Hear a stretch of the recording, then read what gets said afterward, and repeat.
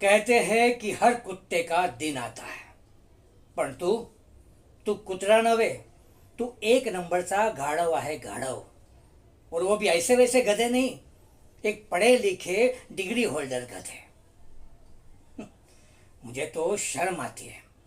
शर्म आती है जो तेरे जैसे अनग्रेटफुल यूजलेस नालायक बेटे के लिए मैंने अपने बाप दादा के बिजनेस को इतना आगे बढ़ाया.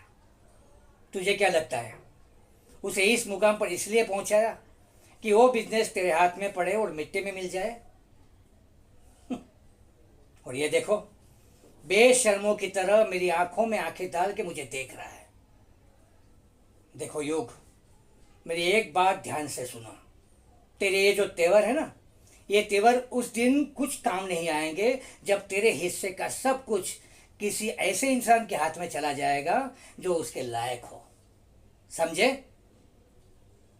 क्योंकि इस घर में नाकारे राजकुमारों के हाथों में पावर देना, इसकी परंपरा ना कभी रही है ना कभी रहेगी. समझे? ये बिजनेस है और बिजनेस में एक ही रूल चलता है, सर्वाइवल फॉर फिटनेस. कर लो. ये गद्दी जो है ना, ये उसको मिलती है जो बिजनेस के लिए दिन रात मेहनत करके अपने आप को घिसता है, खुद तप कर सोने की जैसे अपने आप को चमकाता है. ये चमक जो है ना, वो मेरे आजोबा ने मेरे बाबा में देखी थी और मेरे बाबा ने मुझ में. और ये चमक मैं तुझ में देखना चाहता हूँ. इसीलिए तू देवा से प्रार्थना कर कि वो दिन आए जब ये चमक मैं तुझ में देख सकूं.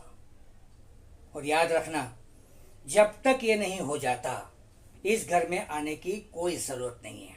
समझे? और आज के बाद ये शक्ल तब दिखाना जब ये काम जो मैंने दिया है ना वो तो पूरा कर ले. चल जाओ यहाँ से. Get out. अरे गेट आउट.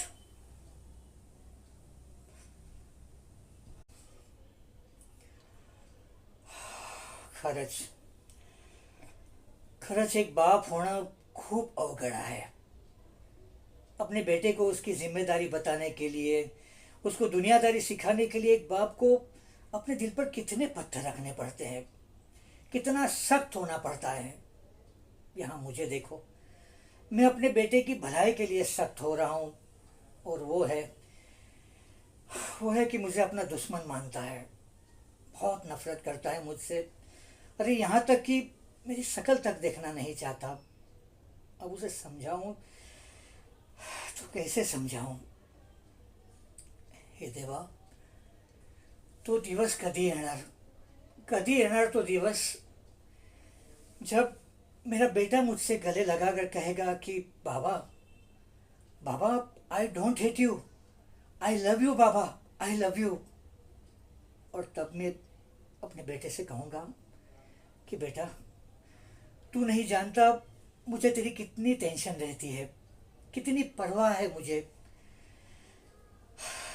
सच में मैं तो चाहता हूँ युग कि हम शुरू से शुरुआत करें अपने रिश्ते की. क्योंकि बेटा, मैंने जीवन में बहुत गलतियाँ की है और उस गलतियाँ को मैं सुधारना चाहता हूँ. मैं अपने बेटे से माफ़ी भी मांग लूँगा कि बेटा, खरंच मला माफ़ कर मला. हे देवा.